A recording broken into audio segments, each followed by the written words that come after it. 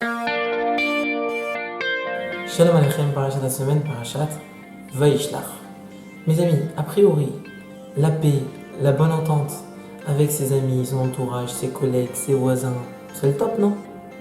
Mais la question c'est à quel prix? Y a-t-il un prix à cette bonne entente? Alors regardons voir dans notre parachat.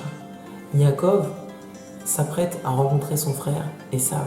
Rappelez-vous, Esav ne souhaitait qu'une chose, tuer son frère Yaakov. Yaakov s'apprête à le rencontrer. Pourquoi? Pour faire la paix.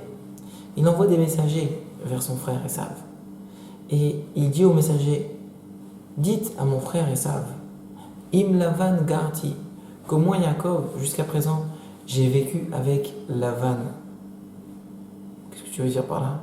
Nous dire Rashi, Garti, j'ai vécu, ça a pour valeur numérique Taryag 613.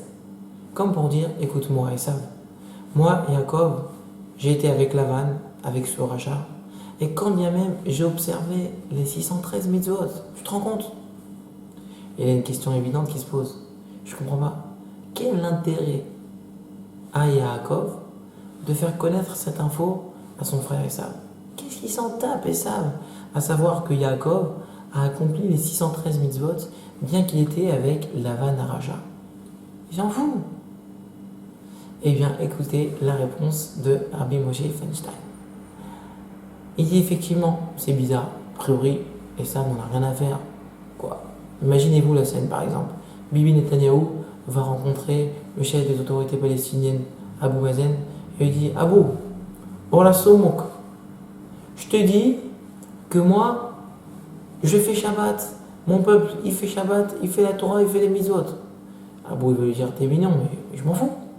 C'est exactement ce qui se passe. Yaakov, il dit à Esav, t'inquiète pas, moi j'ai vécu avec Lavan et j'ai fait 113 mitzvot. Me dit Rabbi Moshe Feinstein, évidemment, il s'en fout Esav a priori. Alors qu'est-ce qu'il voulait Yaakov? Yaakov, il voulait lui dire une chose pareille. Yaakov craignait que Esav ne soit prêt à faire la paix que si Yaakov est prêt à 100% à vivre avec lui, avec Esav, mais à 100% à apprendre de ses chemins, à vivre, à partager ses mœurs. Ça, Yaakov dit à Esav, son frère, écoute, moi j'ai vécu avec Lavan et je n'ai pas appris 1 millimètre de ses chemins. Donc moi, faire la paix, je suis prêt, mais ne t'attends pas à ce que je sois prêt à renoncer à mes chemins et à adapter tes chemins. Ça, en aucun cas. Eh bien, à présent, on peut comprendre un message extraordinaire pour nous. Évidemment que d'être en bonne entente avec son entourage, ses amis, ses collègues, son voisinage, c'est extraordinaire. Mais on a demandé, est-ce que ça a un prix?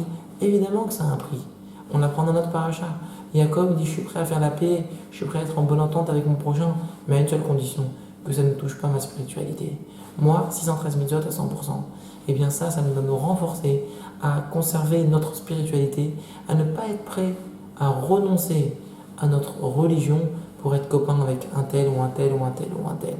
Garde tes valeurs, protège-toi de toute mauvaise influence, et ainsi, sur ta chaîne, tu ne verras que des brachot, amen, amen, shabbat shalom.